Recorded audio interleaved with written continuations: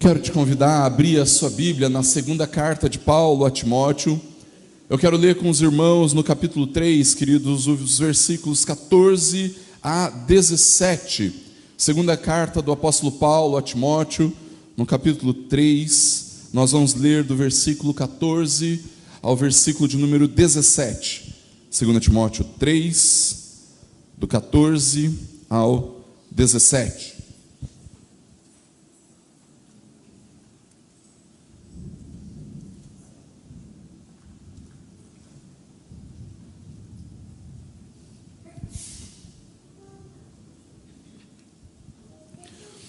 Palavra do Senhor, queridos, na segunda carta de Paulo a Timóteo, capítulo 3, a partir do versículo 14, nos diz assim: quanto a você, permaneça naquilo que aprendeu e em que acredita firmemente, sabendo de quem você o aprendeu, e que desde a infância você conhece as sagradas letras que podem torná-lo sábio para a salvação pela fé em Cristo Jesus. Toda a Escritura é inspirada por Deus e útil para o ensino, para a repreensão, para a correção, para a educação na justiça, a fim de que o servo de Deus seja perfeito e perfeitamente habilitado para toda boa obra. Queridos, um dos princípios mais importantes, ou um dos pilares da reforma protestante, e que nós conhecemos a partir daquilo que nós chamamos de 5 solas, o primeiro deles, sola Escritura.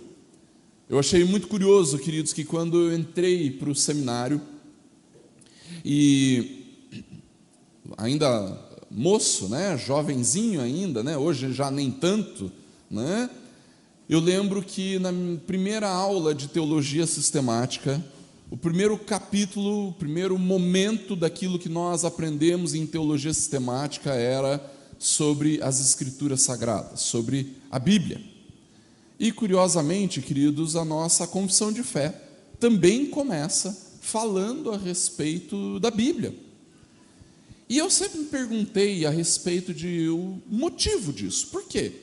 Por que começar através da Bíblia? Porque o início do estudo teológico, o início do conhecimento a respeito das coisas de Deus começa por aquilo que nós cremos ou entendemos a respeito da Bíblia.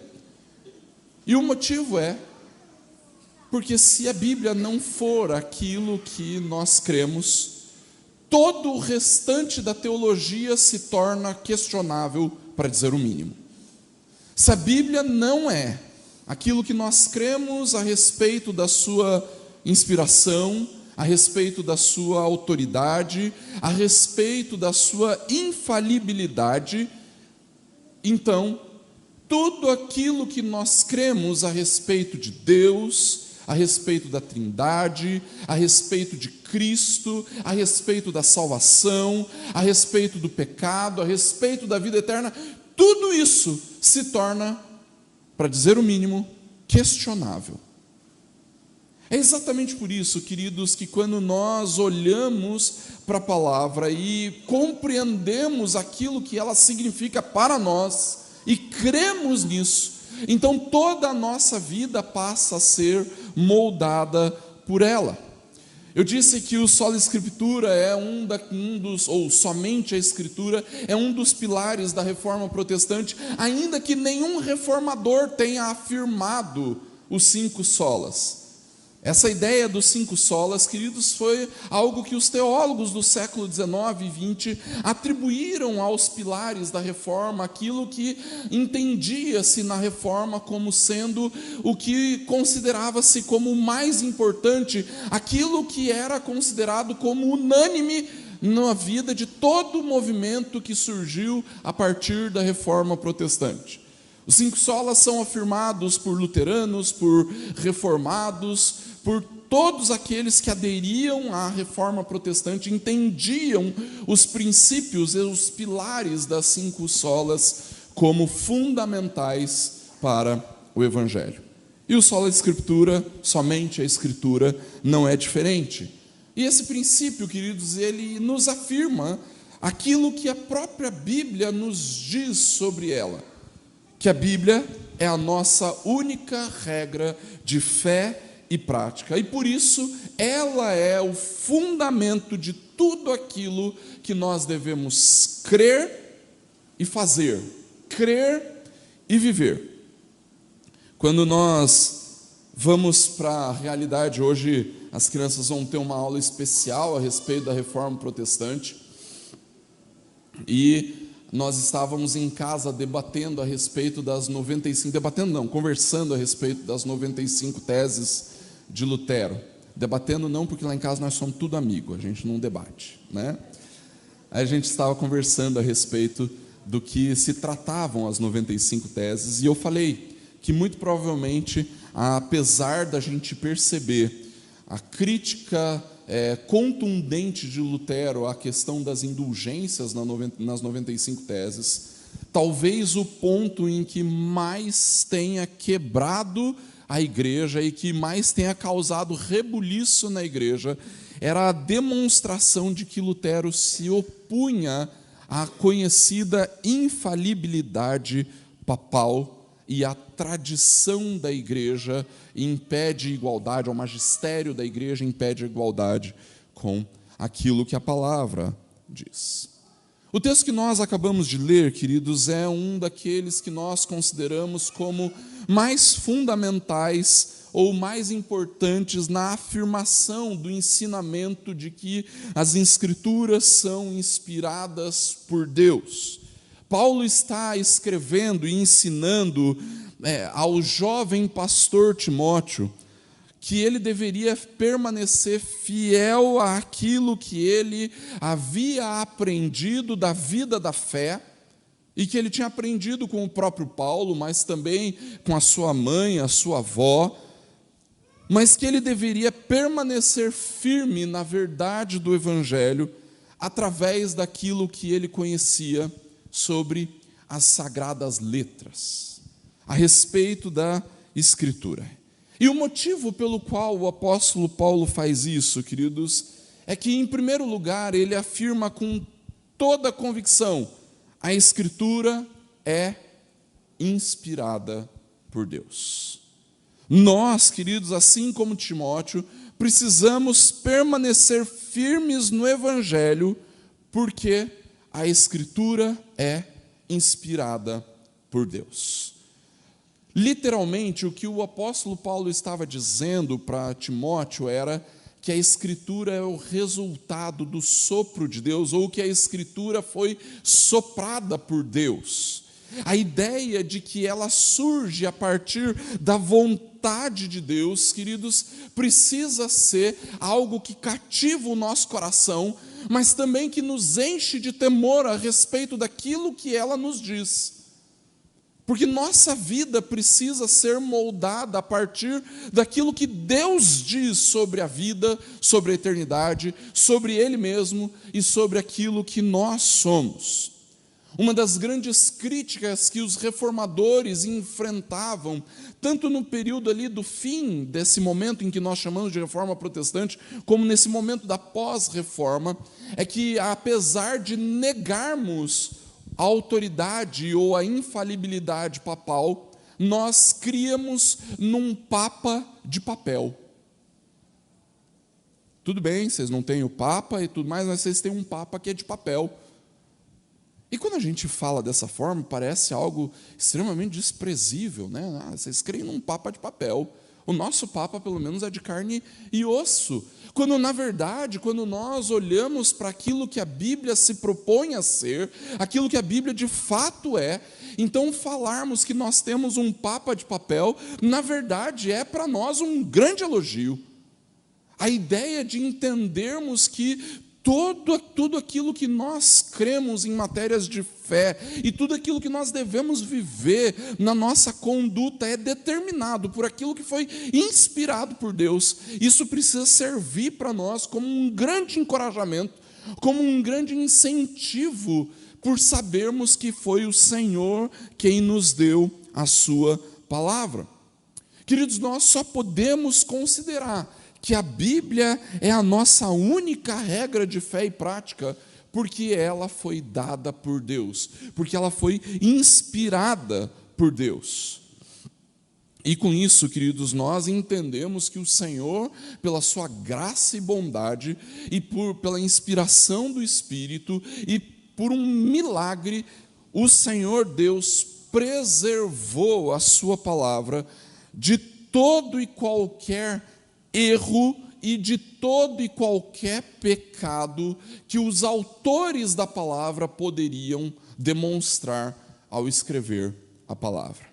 Você concorda comigo que sempre que nós escrevemos alguma coisa para alguém, ou então escrevemos, ali está contida, naquela nossa escrita, a limitação do nosso pecado? Em tudo aquilo que nós escrevemos, nós transmitimos um pouco da limitação da nossa carnalidade ali na nossa fala. No entanto, nós entendemos, queridos, que o Senhor Deus, por um milagre, pela inspiração do Espírito, preservou o texto que os homens de Deus do passado escreveram e que veio a se tornar para nós a palavra do Senhor, que veio se tornar para nós, então, a Bíblia. Eu muitas vezes ouvi falar a respeito do autor inspirado. E é verdade, se a gente considerar no momento em que ele estava escrevendo o texto da palavra do Senhor, ele estava sendo inspirado pelo Senhor. No entanto, ultimamente eu tenho ouvido muito mais os teólogos falarem sobre o texto inspirado e não o autor inspirado. Isso porque, queridos, nós temos que considerar que os autores bíblicos eram falíveis, não é verdade? Como homens. Eles eram pecadores. Mas por uma ação graciosa e milagrosa de Deus, por causa da inspiração do Espírito, o pecado e a falha daqueles que escreveram a Bíblia não passou para a Bíblia. Quantas não foram as vezes que eu ouvi falando assim, não, eu não quero saber o que Paulo diz, eu quero saber o que Jesus diz, porque Paulo era machista. Bom, se Paulo era machista, eu acho que não.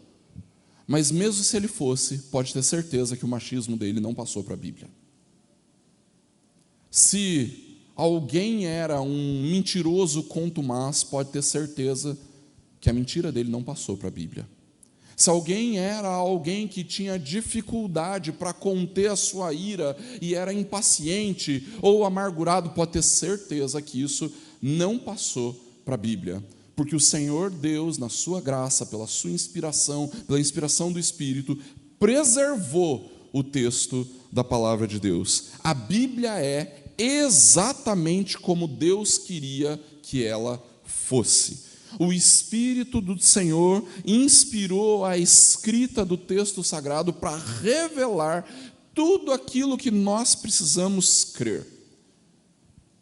E o apóstolo Paulo enfatiza, é toda a Escritura.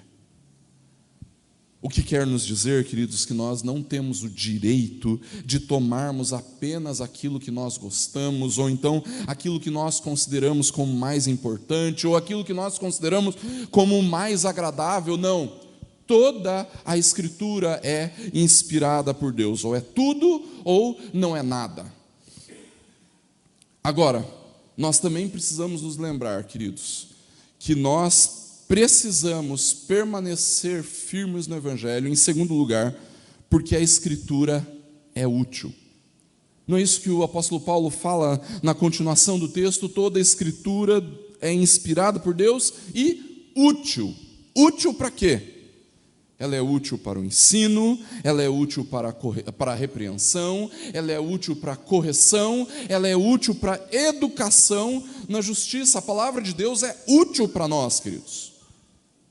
No passado, há um século mais ou menos, nós como igreja, a Igreja do Senhor, enfrentou um dos grandes desafios teológicos de todos os tempos, que era conhecido como, ou foi conhecido como, o liberalismo teológico. Se durante o período do liberalismo teológico, queridos, nós, como crentes fiéis, a igreja fiel ao Senhor, precisava lutar contra aquela ideia de que a inspiração era relativa e que eram apenas algumas partes da Bíblia que eram, de fato, a palavra de Deus. Naquele momento onde a inspiração era negada, ou pelo menos relativizada, queridos, e que a igreja do Senhor precisou manter-se firme para dizer, não, a Bíblia é a palavra de Deus, a Bíblia foi inspirada por Deus, toda ela. Se no passado o problema do liberalismo era a inspiração sendo questionada, hoje, queridos, eu diria que o nosso grande desafio é demonstrar que a palavra de Deus permanece verdadeiramente útil para nós. Ou seja, que a Bíblia é totalmente suficiente para aquilo que nós precisamos para crer e viver. Ou seja, queridos, é pela Bíblia que nós devemos ter a nossa vida moldada. Tudo aquilo que nós cremos e tudo aquilo que nós vivemos, fazemos, praticamos, precisa ser moldado pela palavra do Senhor, pela Bíblia. Nada daquilo que nós cremos ou fazemos precisa vir ou deve vir a respeito das nossas elucubrações, a respeito dos nossos sonhos, das nossas filosofias, mas nós precisamos crer e viver a partir daquilo que a Bíblia nos revela. E é curioso, queridos, que quando nós olhamos para o texto original, o apóstolo Paulo ele divide esses 4 atributos aos quais a Bíblia é útil em 2 categorias muito específicas. Quando ele fala sobre ensino e repreensão, ele dá a entender a respeito daquilo que nós devemos entender sobre a Bíblia, ou seja, a respeito daquilo que a Bíblia nos ensina para crermos a sua doutrina. E na segunda parte, nos 2 últimos atributos, ele fala a respeito de conduta, correção e educação na justiça, vinculado à conduta, ou seja, aquilo que nós devemos praticar. Queridos irmãos, quando nós olhamos para isso, nós encontramos na própria palavra aquilo que nós cremos e afirmamos sobre ela. A Bíblia é inspirada por Deus e nossa única regra de fé e prática. A nossa maior necessidade, queridos, como cristãos, é conhecer a palavra pela iluminação do Espírito. Mas em terceiro lugar, a Bíblia também, nós precisamos permanecer firmes no Evangelho, queridos, porque as Escrituras nos habilitam. Habilitam para quê? Para toda boa obra. O servo de Deus, queridos, como o texto nos diz, ele é antes de tudo um homem e uma mulher da palavra. Um homem e uma mulher da Bíblia. E se nós, queridos, como servos de Deus, queremos servir o Senhor, viver para Ele, então o que nós precisamos, queridos, é conhecer a palavra. Com isso, evidentemente, queridos, nós não estamos dizendo que os recursos da ciência, que os recursos da filosofia, que os recursos da cultura, eles são inúteis para nós. De forma alguma, eles são bastante úteis. No entanto, os recursos da palavra são indispensáveis para quem quer servir o Senhor. No seminário, queridos, nós, como estudantes de teologia, nós aprendemos a respeito da cultura. Nós recebemos material para aprendermos linguística, nós aprendemos a respeito de sociologia, de filosofia, de ciência, nós aprendemos um monte de coisas. No entanto, nós entendemos que apesar dessas coisas serem úteis para nós, a palavra do Senhor ela precisa ser indispensável para nós. E isso precisa acontecer na vida de todo servo, de toda serva do Senhor. Nós entendemos, queridos, que para servirmos o Senhor precisamos ser habilitados para toda boa obra pela palavra do Senhor. Que Deus nos abençoe, queridos, para que nós possamos ser cada vez mais dedicados no conhecimento da palavra do Senhor. E que assim o nosso coração se alegre, porque nós sabemos que somos dele e ele graciosamente se revelou a nós. Vamos orar? Quero te convidar a fechar seus olhos, abaixar sua cabeça. Nós já vamos nos dividir em classes. E o pastor Lucas, antes de nos dividirmos, tem um rápido recado para nos dar. Vamos orar? Deus, em nome de Jesus, te louvamos por esse tempo e pedimos, Deus, para que o Senhor derrame de graça sobre as nossas vidas, para que ao estudarmos a Tua palavra, Deus, nós sejamos transformados, moldados pelo Senhor. Opera nas nossas vidas, Deus, e que o operar do Senhor, o trabalhar do Senhor nas nossas vidas seja motivo da nossa alegria. Que conhecer as Escrituras, Deus, seja um dos nossos grandes prazeres desta vida. Que nós possamos encontrar o Senhor quando buscarmos o Senhor, quando buscarmos conhecer o Senhor através da Tua palavra. Opera em nós, é o que nós te pedimos, em nome e para a glória do Senhor Jesus. Amém. Queridos, nós já vamos nos